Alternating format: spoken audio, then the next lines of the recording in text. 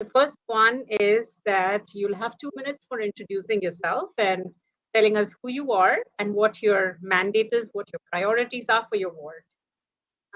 Then thereafter, every other question will be 1 minute each.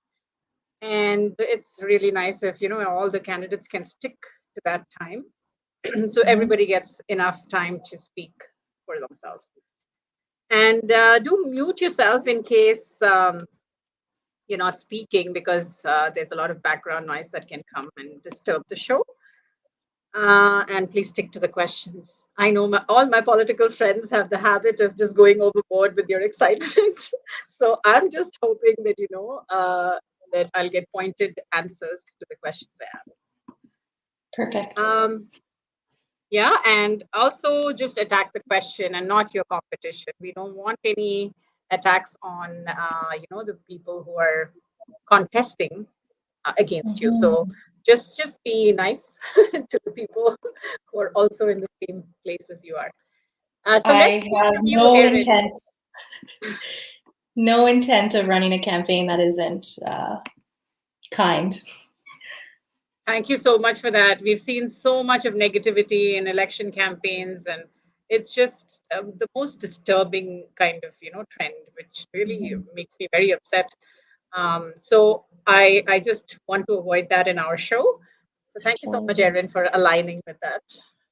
So let's hear your introduction, since you're our first and only candidate at this point. It might just be a one-on-one Mary and Erin conversation today.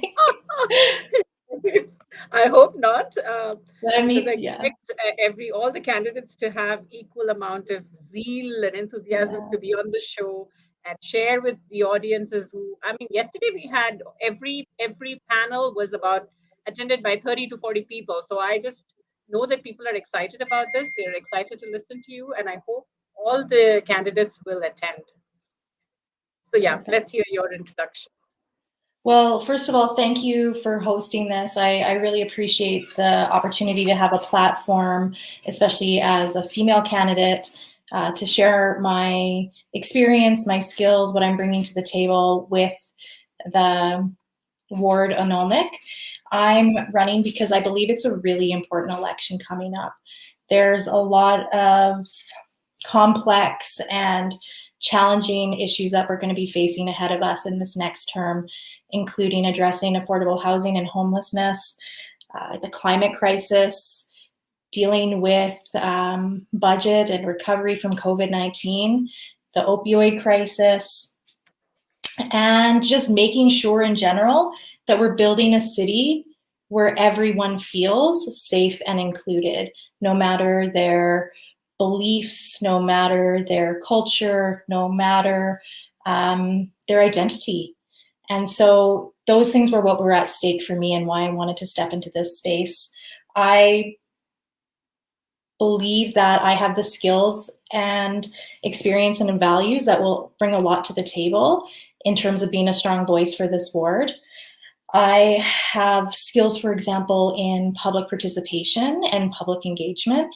I'm trained in the International Association of Public Participation, as well as I did my master's research on the topic of meaningful engagement in local government.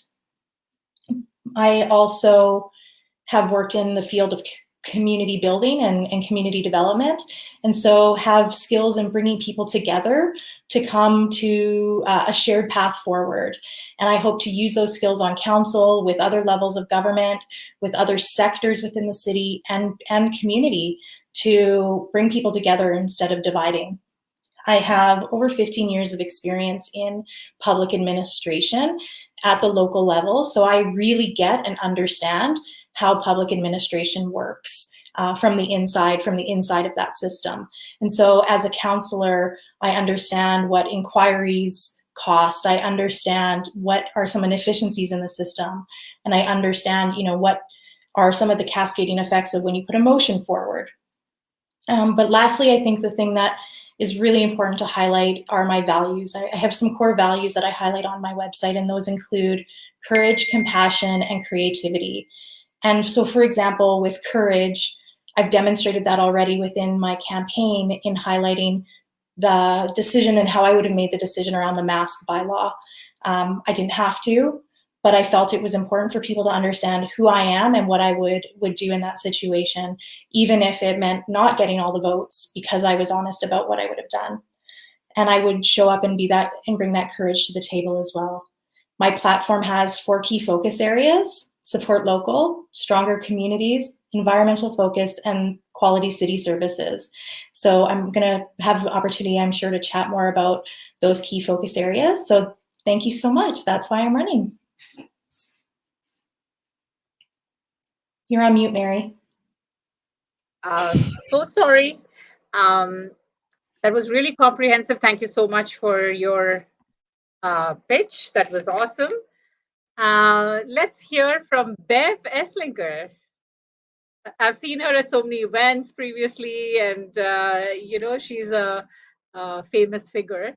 So, Bev, let's hear your introduction and the mandate you have placed Hi, for well, your thank you very campaign. much for having me today. It's a little bit of technical difficulties, it seems.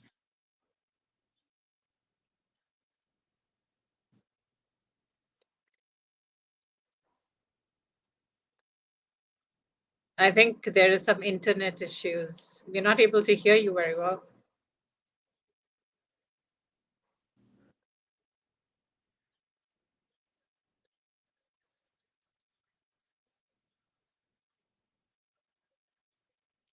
Well, thank you very much. Obviously, my name is Bev Essinger. I'm the current councillor for Ward 2, which will soon be Anirniq. I'm very excited to put my name forward. I think we're at a very pivotal time for our city, and with so much.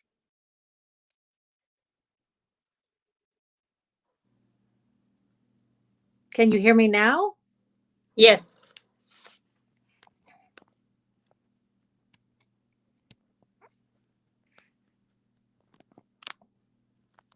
Are you able to hear me?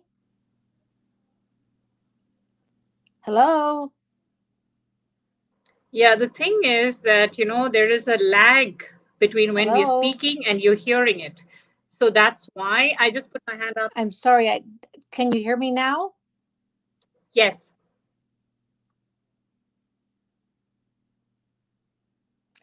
As I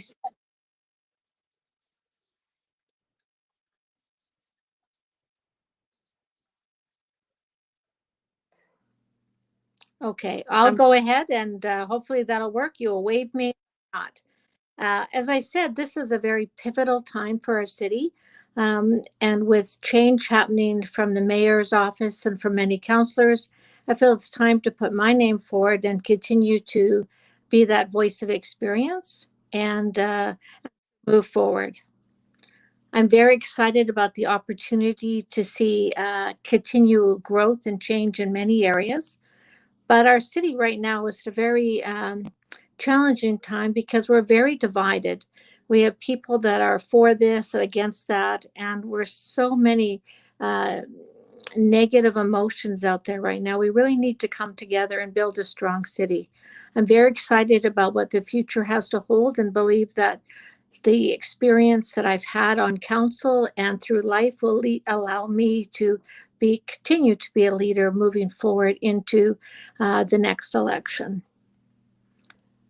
Some of the things that I'm really focusing right now on is what I've heard from many people is challenging times with the economy and jobs. So really focusing, one of the platforms I'm looking at is really how do we support our economy and individuals and businesses being healthy and moving forward and thriving in this economy. And so some of the work through the Edmonton Economic Action Plan will be really important to move forward with. We know that women have been greatly impacted by the pandemic. And so we need to continue to support women through job creation and other opportunities. And childcare is a barrier to many. And so some of those areas we need to look at strengthening our city and how do we move that forward. Another area of concern that I have and is one of my platforms is really the area of community and community safety. Depending on where you live in the ward, people have different ideas about what they need to see their community to be safer. For some, it's they're impacted by speed and traffic, and for others, it's personal safety. Regardless, we need to find ways to work together. Many folks travel through the LRT or the transit system. It's been one of my focuses for the last few years, and we've seen some improvement. But we have to continue to build that safe city so women and girls can feel free to go anywhere they want in the city. I think that's so important that we have the opportunity to choose our life wherever we want to go. And so, building on what are the core services that are important to build a strong city. And there's been a lot of discussion about that, everything from roads to snow removal to grass. What are the core services in addition to police, fire, some of the things that we depend on a regular basis? So really making sure we have the right ones in place at the right levels to serve our community. That's just a little bit about some of the things that I'm looking at. I think we have to come together to build a stronger city. There's been so many individuals facing challenges, harassment, and how do we build a stronger city that everyone feels welcome and a part of? That's just a little bit about Thanks, me. Bev. Uh, so since like we started with just one candidate, so I did not really do a proper introduction of LCC Media. LCC Media is a grassroots publication company which has magazines and forums, and it does a lot of talk shows on and Facebook Live. So we have a good fan following, and I'm just one of the many interviewers on this channel. So I'm really excited having you both here, and I'm sure there are a few more candidates who might join. They have confirmed, but they're not yet here. So we'll just have to wait for them. So thank you so much for that introduction. Bev is not somebody that people don't know. She's already a counselor, and it's really nice to see two women though in this ward, and like we really want to see more women on council. And so I'm really excited to see the number of women this time standing for elections has grown so much, and that is really exciting to me because I feel that gender parity has been so poor on council. So it's exciting. The second question I have is related to what have you all been hearing when you go door knocking? What are the new things that people are talking about? What are the things that people have always been talking about?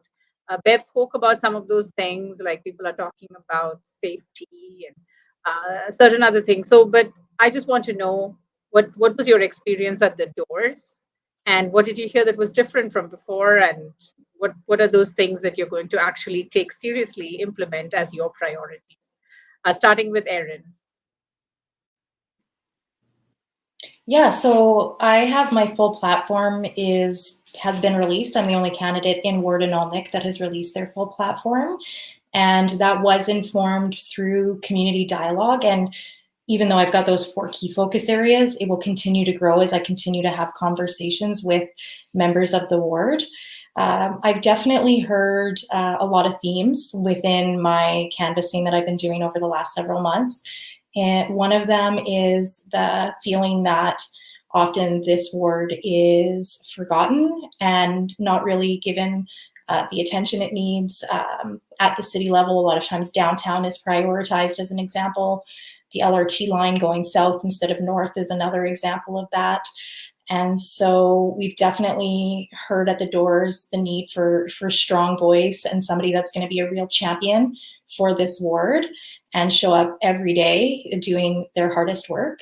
We've also heard the same things that Bev has mentioned around community safety has definitely, and I agree with her completely on, anything from road safety and traffic to, even just theft and break and enters and those kind of things. So we're definitely hearing a lot about community safety. And I'm also hearing a lot about the cost of living and how strained people are feeling right now in a lot of parts of this ward. And lastly, a lot of concern about how we're going to address homelessness. So I have all of those things touched on in my platform: affordable housing and homelessness, community safety, money management as a city, and how we see value for tax dollars, and even recovery from COVID. Perfect. That's an important point. We have to remember that we're still in the pandemic. We're not completely out of it. Mm-hmm. So my question to Bev is the same. Like, what have you been hearing at the doors? Is it different from what you've been hearing previously? Or, something has changed? I'm sure with COVID and, the unemployment, you must have heard something different from what you've heard previously. So would you like to share with us what are the things that you think you're going to prioritize this time vis-a-vis what you've done before? My apologies, but I heard you both talking at the same time. So I know there is another question in there.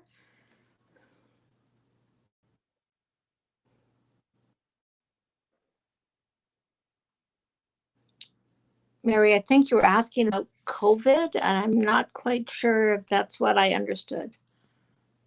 So I was just asking whether the questions at the doors have changed from previously, because you've been a counselor for a while.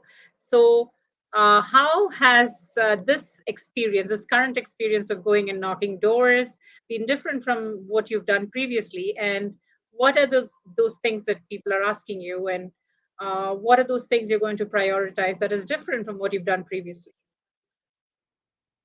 Well, it is a little bit different at the doors this time, being very respectful, wearing our masks, making sure that the team out there is being respectful of how people feel.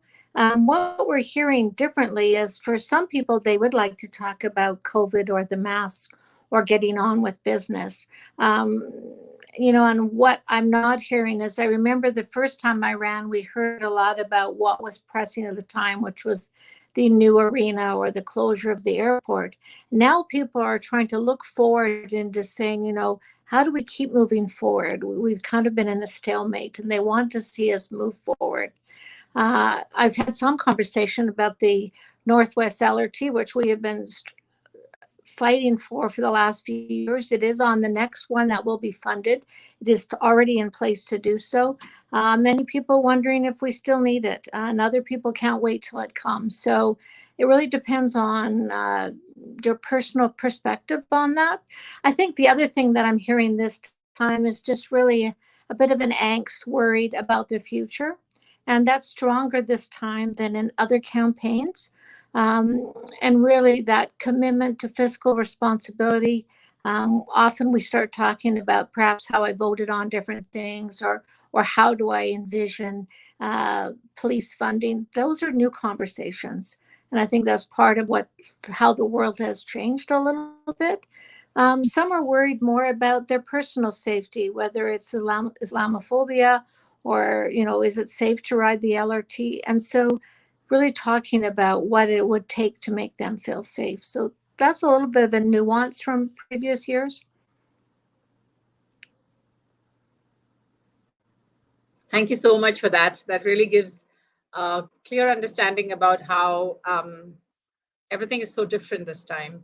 And you have to probably use a different lens, be a little more creative to find solutions for your constituents. So I'm just seriously interested in kind of locating your ward for our audience so that everybody knows which ward we're talking about and where exactly it's located within Edmonton. Could any of you take that? I could take that. I describe it all the time. I used to say I'm in Ward 2. It starts at 111th Avenue, goes all the way north to the Henday. It's bounded by 97th Street over to about 156. Now it's Ward Anirniq. It starts at 111th Avenue, goes north to the Henday. It is bounded on 97th, 153rd, and Castle Downs Road, and it goes west to about 156th Street. So it's that northwest pocket of the city of Edmonton. It includes neighborhoods of Woodcroft, Dovercourt, Sherbrooke, Inglewood, Prince Charles, and it moves north, cross into Calder, Wellington, Athlone, Lauderdale on the very west, and north, including Griesbach, Dunluce, Newcastle, Albany on the other side, Cumberland, Oxford, Hudson. So there's a variety of neighborhoods that should help. Perfect. Thank you so much. That was just perfect. I could picture the whole thing. So what I want to ask is, there is a name that has been given to these wards. Earlier, it was just a number, and I love the whole character of, a name, and that name really resonates. But when I look at reconciliation efforts, I don't want to see only just a new name. I want to see much more than that. And I'm not the only one who thinks that way because of the recent news that we've been hearing about so many dead bodies being excavated. So, like, I just want both of you to give me your idea about how can the city make better our relations with the indigenous communities, other than just doing the ceremonies and the prayers and all those things. Like, how can we make it real for everybody? Who wants to take that? I both, maybe. Go ahead, Erin. Erin, No, you can go first if you want, Bev. Erin? Okay, I'll go first. For me, I have a deep passion and commitment to the work of truth and reconciliation in my field of practice. I've been, learning and unlearning about the truth and reconciling with that truth for the last 15 years of my career, and have built strong relationships with many Indigenous folk within the city, but also in nations and surrounding Edmonton. There's a path forward. It's clear that the calls to action are one clear way forward, and I know that it's getting stalled. And so I know I've demonstrated through my work in administration that even when I'm not given positional authority, I can move things forward. And so I know where some of those pinch points are. I know where some of the pushback in the system is.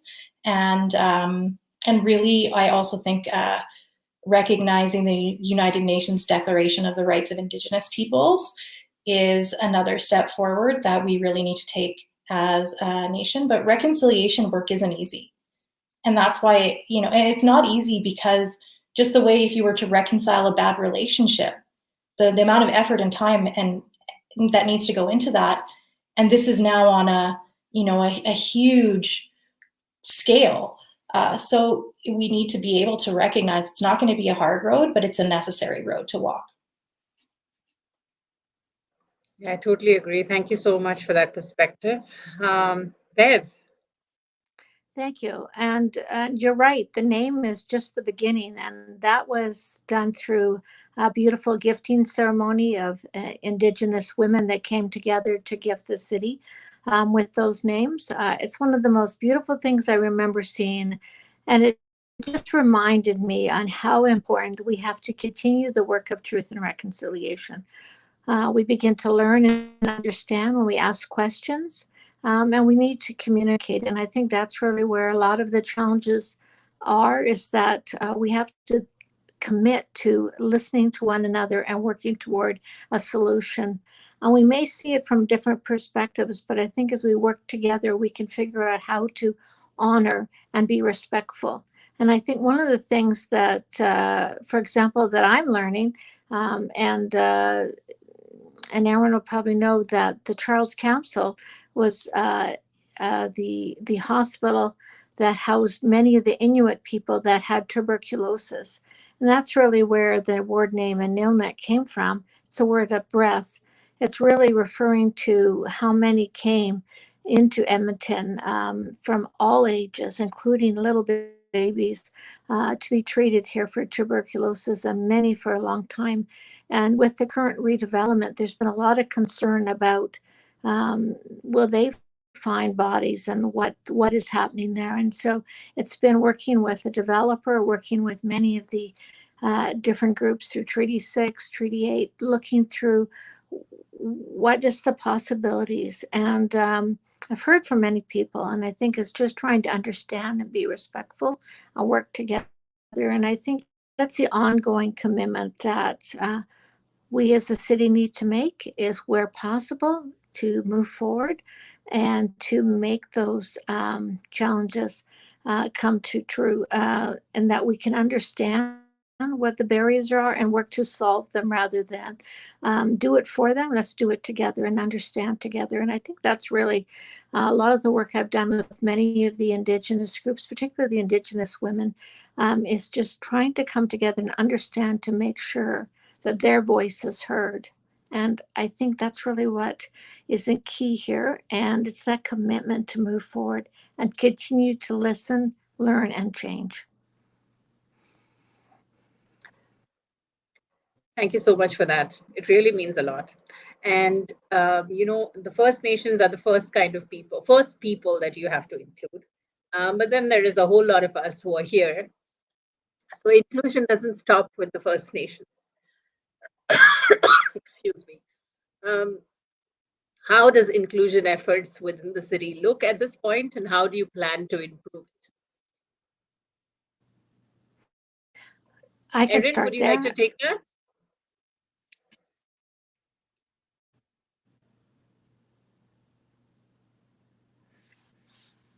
Please go ahead.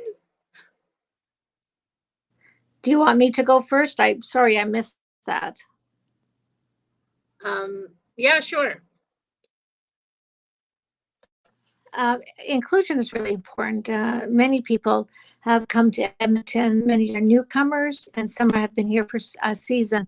It's how do we continue the work? One, we have to do it within our own workforce, and there's some great strides that we've made, but we have not done that perfectly, and we have to be committed to continue that work at diversity inclusion within our workforce, continue to engage our employees, that it's a welcoming place that's safe, and we want everyone to be successful. So I think we start within our workforce, and we spread out, and we have a number of initiatives where we're working with many of the newcomer groups, but it's multicultural groups. I know I've had the privilege of working with many different organizations, from the Africa Center to different groups that have come, whether they're Filipino, to understand their needs, their concerns. And I think it's when we listen, and then we can find ways to work together. And I think we want to be a welcoming place. We want to be a place not only that you're welcome to work here, that we want you to thrive and be. It's important for us to hear your voices. And I think that's one of the things that I would like to see change, is to really add more voices from a cross section of people, from newcomers to all sorts of backgrounds. On many of the agency boards and commissions of City Council, I know we worked really hard as advisory voice to ensure that all the voices are there, but to make a deeper effort on many of our agency boards and commissions, so that we have representatives from all groups, and that we were able to go out and engage with the groups. It's not just a one and done, it's an ongoing commitment. Thank you, Bev. Erin. Yeah, so this is where I think I've highlighted that I'm the left-leaning candidate, definitely in this ward, and really the progressive choice in this ward. And when it comes to things like equity, diversity, and inclusion, it's an area that, again, I have a lot of experience and knowledge, and even in terms of policy development, in terms of understanding the systems of oppression and the systems that are holding it in place. So while I agree that we definitely need to make sure that people that are experiencing any form of racism or discrimination are not only heard, but actually given power at the decision-making tables, I also think it's really important to acknowledge how we're benefiting and the benefits that we're currently gaining from the systems that are in place. And that's a really hard conversation to lean into, as somebody that's white, as somebody that, is Canadian born. English is my first language. I gain a lot of benefits from those identity factors that others don't have. And so if we're not willing to talk about what we're gaining and what we're benefiting as well, and how the system is set up for some to succeed, and really dismantling that system, we're not addressing racism and discrimination. And we know that no system is perfect, and no system will ever be perfect, but we do know, and we're hearing loud and clear, that, you know, people are experiencing discrimination and racism from certain pockets of the city. And we need to actually stop, you know, making another advisory committee and then having administration look into what they can do and then bringing a report back and then having a report go back. People are tired. They want action. And so, you know, that's my commitment, is that we will actually see action and movement in those systems of oppression changing within the city. Thank you, Erin. You just hit it at the head. That's my experience, because I've done a lot of anti-racism work with the city of Edmonton. And I find that administration gets into it and then it just takes away the power from the people. So I'm just hoping that what you say comes true and we can actually see those, actually being dismantled, those systems. It's very, very hard. It's not easy because they've been there forever. I work in systems work all the time, you know, community development, social planning, public engagement. Those are all spheres of systems work. And so I know how hard these systems are. I'm not going in blind, but I've also a proven track record of making changes in those systems with leverage points, with understanding where the push is and where there's space to grow. So if given the opportunity, I'm sure Edmontonians would not be disappointed. Thank you. My next question is about infrastructure. How do you think infrastructure in the north, in your area, in your ward, is, and how would you like to see it change? And have people been telling you what they want to see change? Let's start with Erin. Yeah, I think, you know, at the end of the day, we talk about a lot of those the issues we just were mentioning, but at the end of the day, people want good roads, they want good sidewalks, they want good transit infrastructure, and be able to bike or walk or get where they need to go in a timely manner. They want parks that are well maintained, and I'm definitely hearing that in the ward. And so there's a few things that I highlight in my platform from listening to the residents of my ward, in terms of really ensuring that we have strong infrastructure within Ward Anirniq. For example, in prioritizing park maintenance and the maintenance of pocket parks, in terms of responsible infill development, in terms of looking at stuff like building great neighborhoods and the current process, and is it actually working? How do we prioritize making sure that, for example, there's not an overburden on the cost of sidewalks? A lot of people don't realize with building great neighborhoods that the sidewalk replacement is divided by how much frontage of sidewalk you have, and then that's put on your tax for that year that your sidewalks are replaced. So it can be a real shock, especially to people that are low income. And so that is an example of where I think we need the infrastructure, but is that a cost that should be incurred by the citizens and the residents themselves, or is that a city's responsibility? Good perspective. Thank you. Bev, can you address the same question about infrastructural changes that you might, your constituents are asking you about, and what would you like to see? Absolutely. I remember when I was first elected, they wanted to see was the 127th Street interchange to Yellowhead. And so now that the Yellowhead is underway, hearing some concerns about noise and how that could be addressed. Strong roads are something that's pretty consistent. We are limited at several crossing points, so we want to have access. And part of that is going to be improved once we have the LRT into the Northwest. We've had some discussion with folks whether we should do some bus route, but BRTs to get more direct access, faster access throughout the city into the current infrastructure. So transit and access. I've had some conversations with people who are concerned that they don't have a a rec center at the size of Clairview or some of the other ones. So there has been conversations about what are the recreational needs of the area. Maintenance, again, of not only parks, but of boulevards. People are proud of their city. They want to continue to be proud of it. And there's no concerns about the cost-saving measures that have happened to date, whether it's the boulevards, neighborhood parks, and they like to see those maintained. So I think we have to take a deeper look at the prioritization of what the citizens are saying is important to them. And I know infrastructure comes up whenever we do snow removal. It's a core service people want to see. How we build a city sometime it allows us to do a better job at that. But people continually are concerned about their local roads. They want the potholes fixed. They want everything in a timely manner. And I think that's the key, in a timely manner. I think the other thing about infrastructure is make sure that we have equitable access in this ward to all the services, to libraries, to rec centers, to be able to access all the other abilities. They want to be able to get downtown quickly. They want to be able to get to their district parks.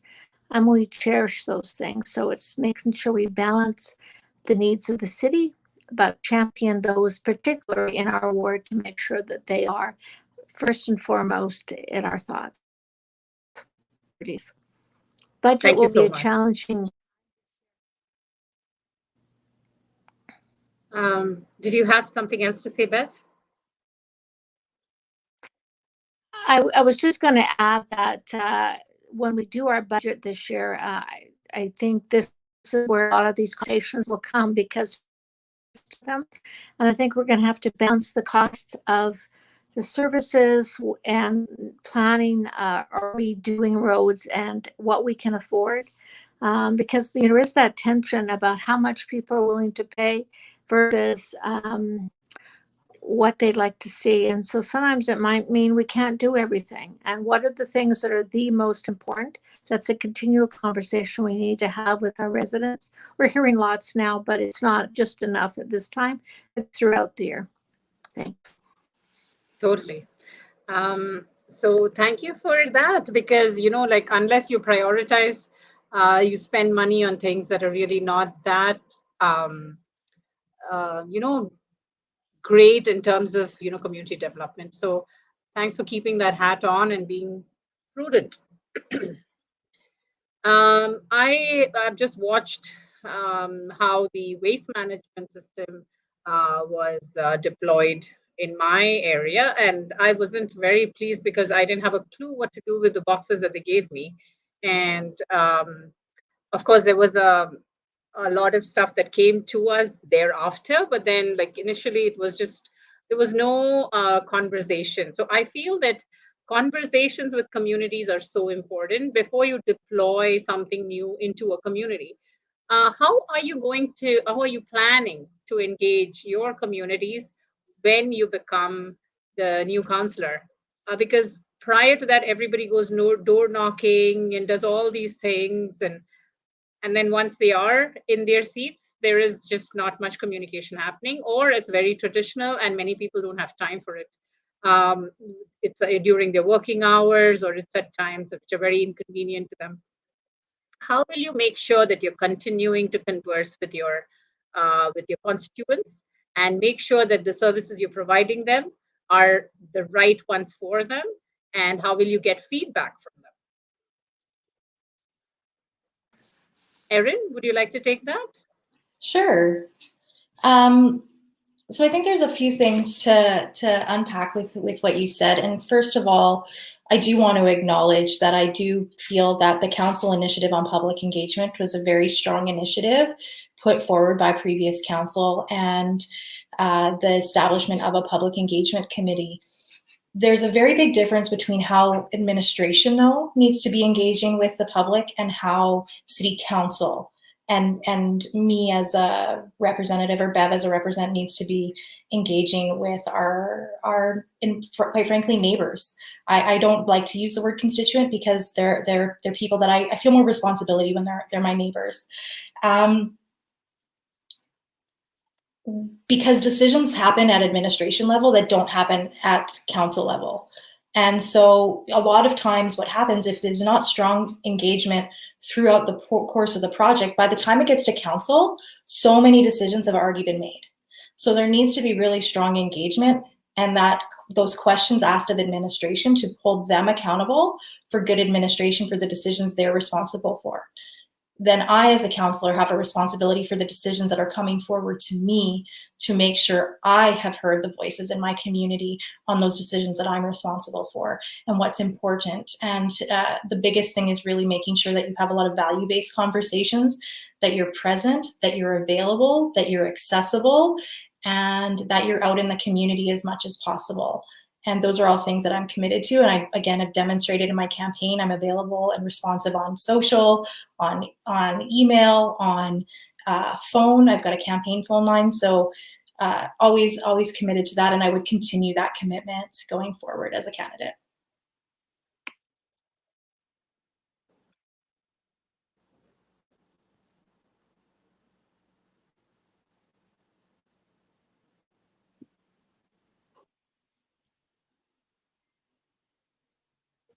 Mary, are you frozen? I couldn't hear what you said last. I just said I would continue to demonstrate that as a counselor, being accessible, being available, being present, responsive. So what are those mediums that you're going to be available on? So for me, I will absolutely be, I'm a community, the community is the heart to me. Like I literally did my master's in community development because I believe in community.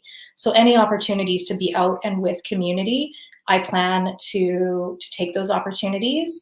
I plan to be accessible by email, phone, social media. It's a big thing right now where we need to be better as candidates at being accessible on social media. And so just like I am with my campaign, that's one thing I really wanted to demonstrate is who I am now is who you're going to get when I'm elected. I am shown consistency, and I will continue to show that consistency. So I will show up every day and be as accessible as I am now for the next 4 years. Thanks, Erin. That sounds so promising. Bev, so community engagement is what I was talking about, and I feel that this about the waste management system, but that's not the only thing. I feel that a lot of traditional ways of community engagement don't work, and so how will you get creative in trying to engage communities that you represent? Well, I think through COVID, we've saw that we have to use a variety of ways to reach people. They're not a one size fits all. I think what we have to do is to continue to use all mediums possible. I know for me, those personal events are really key. You're able to go out and talk to people, as many as I possibly can. But I don't depend on just that. I will and having with our community league leaders at least twice a year, if not more, just so we have that touch point where we're hearing from one another, what issues they're facing, what they're hearing, and they usually mirror what we're hearing. We go to the community events. I think the challenge that Erin mentioned is that often some decisions are made by administration and some decisions are council. I really try to attend as many of the administrative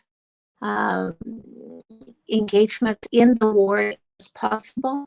A city plan is a great one. We really pushed to make that some in the ward to that we could go and hear what people were saying. With the LRT, when the meetings are out, they might be of administrative nature, but you want to go and hear what people are saying, not just read a report, and you want to be able to interact with people.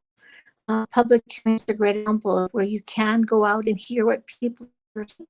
So I think the face-to-face is very important, but you need to use all mediums. You need a social, whether it's Facebook, Twitter, We also use our website. The other things that we like to do is to go to the seniors groups, meet with them, talk to them, have call time with them to hear what they're saying. We use traditional means. They like us to make some newsletter of the senior centers, so we've done that pretty consistently. We hear what they would like to hear, how they want to be engaged, and make sure we are there to hear them, but also keep them informed. Engagement at the city is very important. We have a number of initiatives, but don't depend on just what administration says. Go out and listen. That's been what I've been doing, and that's my commitment. Thanks, Bev.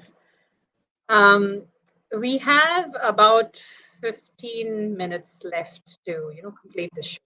So I'm going to quickly go around and say what are the key things that you can put into place within 6 months of your getting into office. So what are those initial things, low hanging fruit that you really want to work on?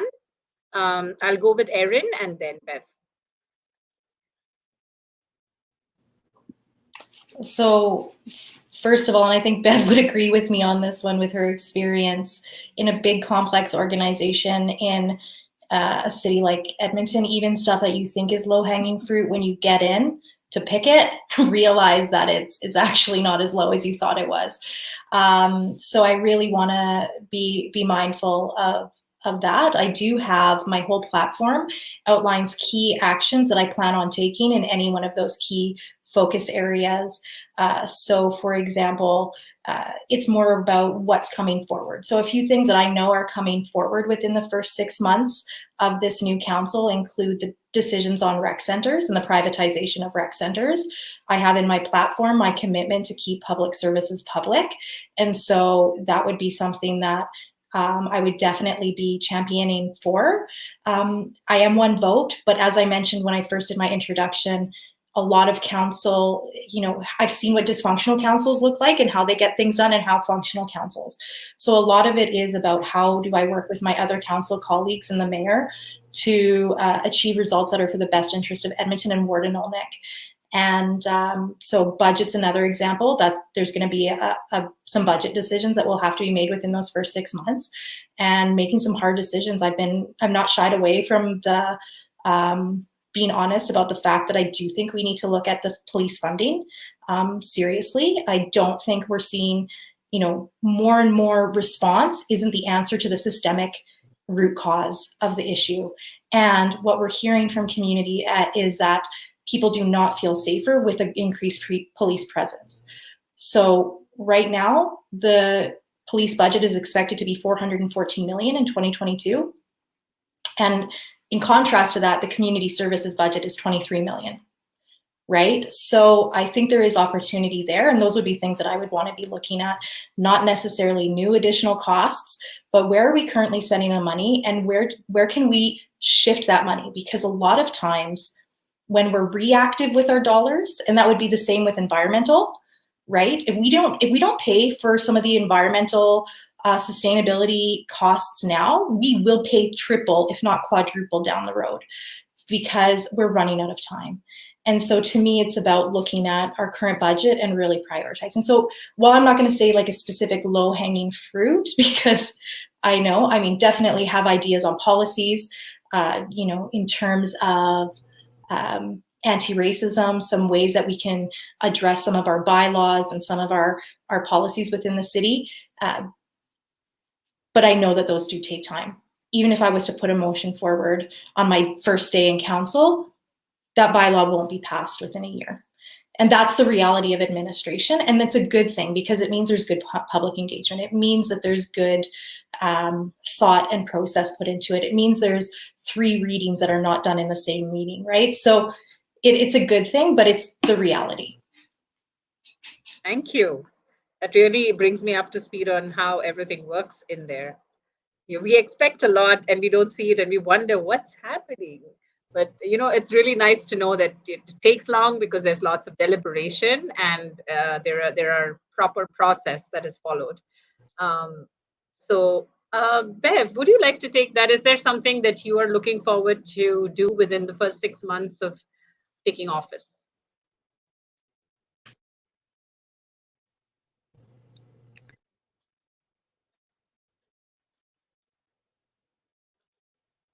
Bev, you can speak now. Hello, can you hear me? Thank you. You know, Erin is right. Nothing happens. Hello. Nothing happens at City Hall. I remember when I was first elected, it reminded me that if I was in the boat, I could turn right or left quickly. But being on city council is like being on a huge cruise ship. Got everybody in the captain's chair to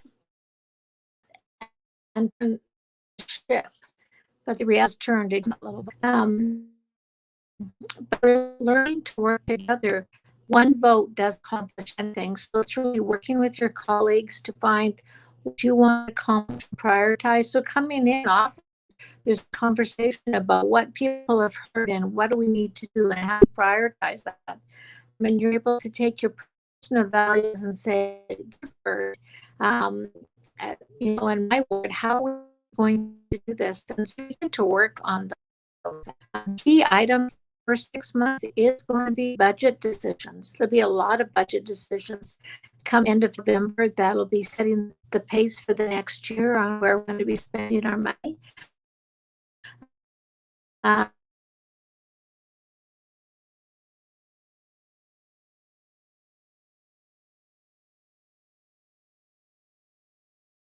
Again, we are having technical difficulties here.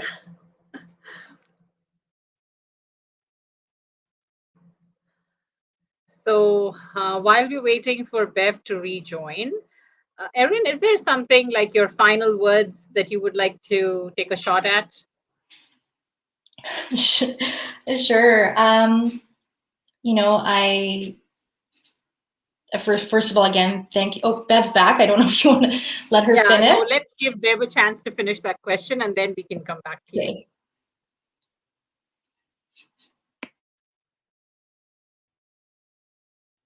Thank you. I am not sure really how much you heard of my answer, but really budget conversations are going to be the priorities we coming in. How do we spend our money? And how we plan to spend our money is going to impact the tax rate. And what we've really, I'd like to see it keep it zero, but meet the needs of the Edmontonians.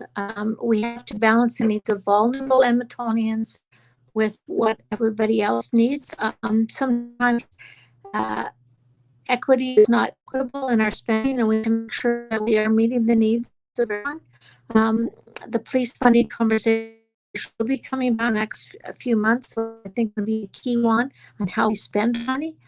I think the balance is going to be, for me, safety, how we get our core services, what are we going to determine other core services, how do we engage Edmontonians on that journey to make sure that we are meeting the needs of our citizens as we move forward, all of them.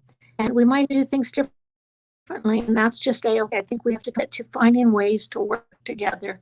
And that's really finding your colleagues and collaborating how to move forward. Really important conversations coming in the very near future from a variety of subjects. And I think what is front in mind is how do we build a strong city for everyone. Thank you, Bev. We were just going to wrap up with your final lines to your neighbors, as Erin says. I really love that word. So, Erin, what would you like to tell your neighbors? Thank you, Mary. So I think I just want to leave with, again, reiterating some of the experience I bring across a municipality. I have experience in capital infrastructure projects, municipal budgeting, policy development, as well as those complex social issues. I've addressed housing and homelessness within my career, domestic violence, advancing equity and diversity. I understand those tensions very clearly that Bev is talking about. But I do believe that the path forward is looking at things rather than as a dichotomy or as either it's equity or it's budget. I think we really need to look at where are some leverage points where we can get economic, social, and environmental value for the way we're spending and we're using our city. So how can we think about it in broader terms and make sure that what we're doing is actually creating multiple value across multiple lines. So I'm Thanks, really, Erin. and I would just finish by saying, if I was given the opportunity, I would have big shoes to fill. I've worked with Bev in my current role, and she is great. I would be honored, but I also do want to acknowledge that I will always honor the work that was done before me and continue from there. Thank you so much, Erin, for that. It's a very, famous last words are very hard because you don't know what to say really, because there are so many things you really want to do. So let's give Bev a chance for her famous last words to in this panel. Thank you very much. First of all, thank you for the opportunity, and whenever we advance to dialogue with constituents and groups, it's so important. I'm really pleased to see other women in the race. I guess I've worked really hard to ensure we have more women running, and I'm very excited this time to see so many diverse women running. I'm hopeful that we will see that in council. My last word is I plan to bring experiences that I have come from the community, through my various experiences, to be a leader. I've demonstrated gender equity, I've demonstrated collaboration, and I think common sense. I haven't been willing to vote for everything, but just because people say it's a good idea, I need to understand it. And I choose to be accountable for how we vote. And I think I intend to continue to be transparent and accountable. And I think honesty is in second nature to me, and I want to be respectful. So thank you very much for running, Erin, and thank you for this opportunity. Thank you, both of you, for being so conscious of all the situations and the conditions in your ward, and being, giving the right perspectives on how you're going to move forward. I'm sure all of your neighbors are listening, and they're going to make the right choice in this election on October 18th. Thank you so much for being here. Thank you. Thank you.